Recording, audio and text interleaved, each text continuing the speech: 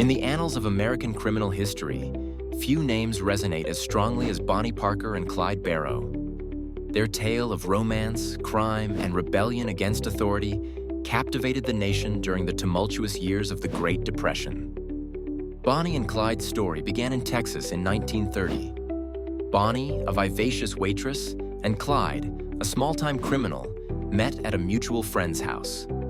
Their connection was instant, and soon they embarked on a journey that would lead them down a path of notoriety. The Great Depression had plunged America into economic despair. Millions were unemployed, and poverty was rampant. It was against this backdrop that Bonnie and Clyde began their crime spree. They saw themselves as modern-day Robin Hoods, striking back at the banks and institutions they blamed for the country's hardships. Their criminal activities escalated quickly from petty theft to armed robbery and murder. They gained a reputation for their daring escapes and their ability to elude law enforcement. The public, disillusioned with banks and the government, often sympathized with the couple, viewing them as rebellious folk heroes.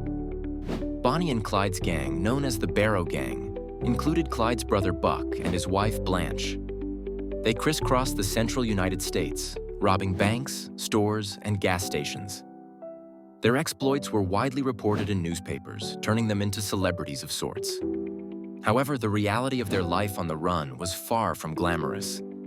They lived out of stolen cars, sleeping in fields and forests, constantly looking over their shoulders. The gang's violence escalated, leaving a trail of dead lawmen in their wake. Public opinion began to turn against them as the body count rose. Law enforcement, embarrassed by their inability to capture the duo, intensified their efforts.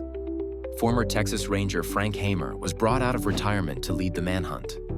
On May 23, 1934, Hamer and his posse ambushed Bonnie and Clyde on a rural road in Louisiana. In a hail of gunfire, the infamous couple met their end. Bonnie and Clyde's death marked the end of an era. Their story, a complex mixture of romance, crime, and social rebellion, continues to fascinate us today. It serves as a stark reminder of the desperation born from economic hardship and the dangerous allure of a life outside the law.